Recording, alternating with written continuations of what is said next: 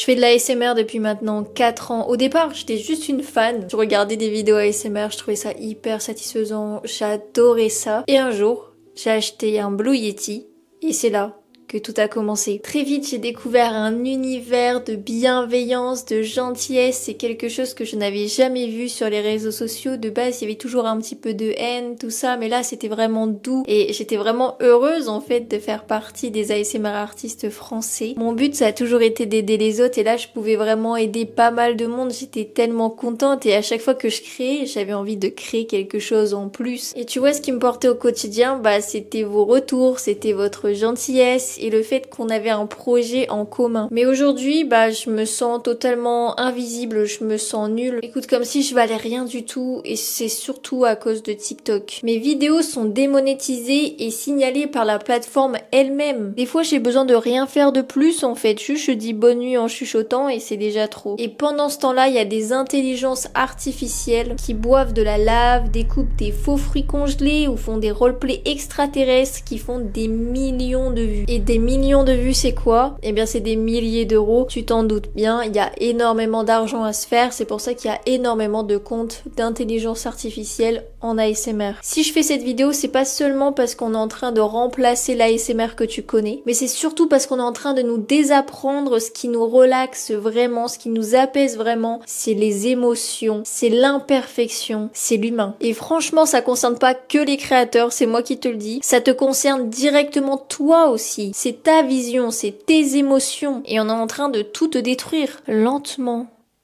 sans un bruit. J'ai commencé à remarquer que mes vidéos ASMR, qui sont pourtant bienveillantes et qui respectent toutes les conditions générales de TikTok, se faisaient démonétiser en masse. Bon, bien sûr, les vidéos qui étaient démonétisées, hein, c'est pas celles qui me rapportaient 4 € ou qui faisaient 30 000 vues, même si 30 000 vues c'est déjà pas mal quand on y pense. Non, ce sont spécifiquement les vidéos qui cartonnent en fait. 270 000 vues, 280 000 vues, 500 000 vues, 250 000 vues. Et au-delà de l'aspect monétaire qui aurait pu me permettre de pas craindre mes fins de mois, eh bien c'était surtout un moyen de me dire que ma créativité et mon art ne valaient rien. Par exemple, la vidéo où juste je chuchote les mots déclencheurs de mes abonnés, ben elle est démonétisée. Celle où juste je fais écouter des sons satisfaisants, bah pareil, démonétisée. Et tu sais quoi, c'était les vidéos les plus simples, c'était les plus humaines, c'était les plus interactives ces vidéos. Et j'ai reçu le même message à chaque fois, contenu jugé vulgaire. Vulgaire. Est-ce que tu t'en rends compte? Ce que je fais pour TikTok est vulgaire. C'est mes valeurs qu'on atteint là, tu vois, c'est ma personne qu'on atteint. Et à force de poster des vidéos et de voir ça au fil du temps, et bah ça m'a littéralement brisé. Je t'assure que j'en ai chialé des week-ends entiers. Je ne comprenais pas ce que je faisais de mal. Alors tu vas me dire, Matou, mais pourquoi t'as pas fait des réclamations? Si, j'ai fait des réclamations justement, j'en ai fait plein. On a même dit que mon dossier allait être remonté. Et voilà, c'est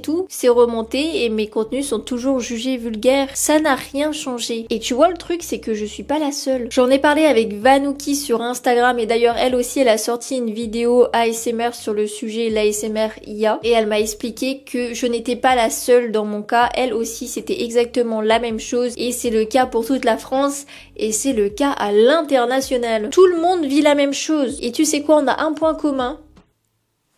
On est humain. Et bien sûr, après tout ça, j'ai essayé de comprendre. Je me suis dit pourquoi moi mes vidéos sont punies alors que celles d'intelligence artificielle ASMR sont mises en avant. Et j'ai remarqué un truc. Aujourd'hui, quand tu ouvres TikTok, tu n'es pas là pour découvrir des créateurs, tu es là pour consommer. Tu es là pour acheter. La dernière fois quand j'ai ouvert TikTok, eh bien on m'a pas mis directement sur la page pour toi où on découvre les créateurs, mais on m'a ouvert directement la page boutique. Oui, il y a des boutiques sur TikTok. Et je suis également harcelée de messages de la part de TikTok. C'est TikTok indirectement dans les notifications qui m'envoie des messages. Mets en avant tel produit dans la vidéo et tu pourras être récompensé. Ou tourne un TikTok avec telle musique et tu pourras être payé 800 $ si tu fais 500 000 vues. TikTok fait de ses créateurs de contenu des vendeurs et les viewers sont les acheteurs. Alors ouais, tu vas me dire oui, Matou, quand on voit des placements de produits, des youtubeurs, c'est la même chose. Non, C'est pas du tout la même chose. YouTube lui-même ne te pousse pas à vendre, à devenir un créateur qui vend, mais simplement un créateur qui peut faire ce qu'il veut. Alors effectivement, TikTok ne te pousse pas directement à le faire, mais toute l'application TikTok est en train de changer son algorithme pour la vente. TikTok ne protège pas ses créateurs, mais met en avant ses vendeurs. Et pour ça, l'intelligence artificielle sur TikTok, c'est une vraie aubaine pour eux. Les intelligences artificielles ont zéro émotion, mais elles sont parfaites. Parfaites pour retenir l'attention des futurs consommateurs avec des contenus hyper impressionnants. Et parfaites pour t'amener à cliquer, à acheter et à scroller encore et encore et encore. Et nous, les créateurs de contenu ASMR, eh bien on est relégués tout en bas de la liste. On devient invisible. Et en plus, quand j'y pense, l'intelligence artificielle, elle a pas de contraintes. Je veux dire, t'as pas de bug de micro, t'as pas un voisin qui tonde la pelouse, ou oh non, tu peux pas faire ton tournage parce qu'il y a des travaux. T'as juste à faire un bon prompt et tu peux créer 5 comptes d'intelligence artificielle ASMR et poster une fois par jour si tu veux. Et moi, je serais incapable de faire ça, 5 comptes, une vidéo par jour, c'est impossible. Et n'importe quel humain est totalement dépassé par l'intelligence artificielle. Qui sont les personnes derrière les comptes d'intelligence artificielle ASMR? Des farmers. Des farmers de comptes. Et ces gens-là, ils ont juste une mission, se faire un max d'argent. C'est tout, c'est pas de créativité, max d'argent. Et c'est assez malsain en fait. La dernière fois, je suis tombée sur un gros compte Twitter qui fait ce genre de méthode. Il crée à la chaîne des comptes d'intelligence artificielle et il partage ses super astuces et je crois qu'il vend des formations aussi sur son compte Twitter pour qu'on fasse comme lui, pour qu'on se fasse un max d'argent. Et tu sais quoi, je vais te montrer quelques vidéos qu'il a pu faire. J'ai trouvé le meilleur moyen de me rafraîchir. Je reviens du magasin du coin, j'ai braqué tout le rayon fruits parce que là, je vais me faire un smoothie, frère. Tu mets tes fruits dedans, tu mixes, c'est prêt. Je vous présente la marque Happy Detox. Je viens de tester pendant 2 semaines et je suis super contente du résultat. Alors tu vas me dire, mais qui va acheter ces produits? Moi, je vais pas acheter les produits d'un singe qui... Ça fonctionne aux États-Unis. D'après lui, ça fonctionne. Il y a des gens qui achètent. Après, on est français, peut-être que les singes, ça va pas fonctionner ici, mais les créateurs de contenu intelligence artificielle, ça, tu sais quoi, je suis moins sûre. Je crois que ça va bien fonctionner. Mais du coup, la question qu'on se pose, c'est qui on va croire? Qui est-ce qu'on va bien pouvoir croire? Pour l'instant, on voit que c'est de l'intelligence artificielle, mais plus tard, on pourra facilement se faire avoir. Et tu crois que le mec qui a créé le compte d'intelligence artificielle a vraiment testé tous les produits qu'il va vendre?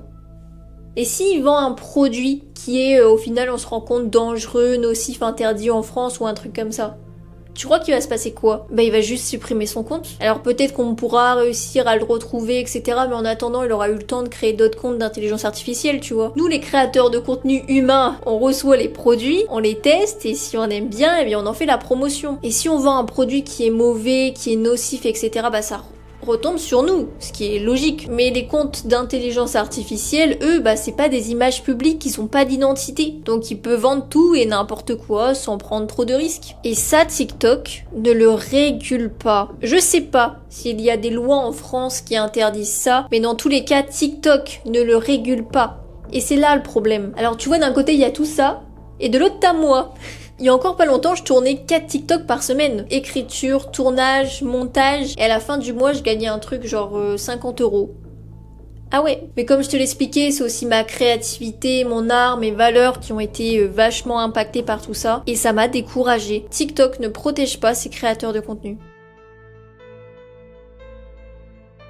Heureusement pour nous, tout le monde ne va pas dans la même direction que TikTok. YouTube a pris une décision importante. À partir du 15 juillet 2025, YouTube va pénaliser les comptes d'intelligence artificielle, les contenus dits sans âme, sans créativité, et les contenus clonés. Et à l'inverse, ça va soutenir les contenus authentiques et créatifs. Même les vidéos sans visage sont acceptées à partir du moment où on sent qu'il y a un humain derrière. Et ça, c'est vraiment une bonne nouvelle parce que j'ai tellement envie de continuer à créer, à partager, à faire rire, à me poser des questions. Tu vois, je veux mettre l'humain avant tout dans mes vidéos et j'ai pas envie d'être invisibilisée par l'intelligence artificielle. On peut dire bravo YouTube. J'ai pas fait cette vidéo pour me plaindre, j'ai surtout fait ça pour mettre des cases dans ma tête et pour me poser des questions. Te poser également des questions par rapport à l'intelligence artificielle. Est-ce que toi ça te plaît? Est-ce que toi ça te fait peur? Et poser des bases, des contextes, vous expliquer ce que nous aussi les créateurs on ressent, c'était important en fait, c'est un sujet de société. Si tu as d'autres informations à me mettre en commentaire, c'est maintenant tout de suite, tu peux me rajouter des choses que tu as vues, etc. sur l'intelligence artificielle, sur les lois, sur tout ça, n'hésite pas à enrichir la vidéo en commentaire. Et sinon, donne-moi ton avis sur tout ces... Attends, on se pose. C'est hyper important. Je te le dis, c'est hyper important de t'abonner et de liker. C'est hyper important, je te le dis, parce que c'est tellement... Ça donne de la force, ça donne de la motivation.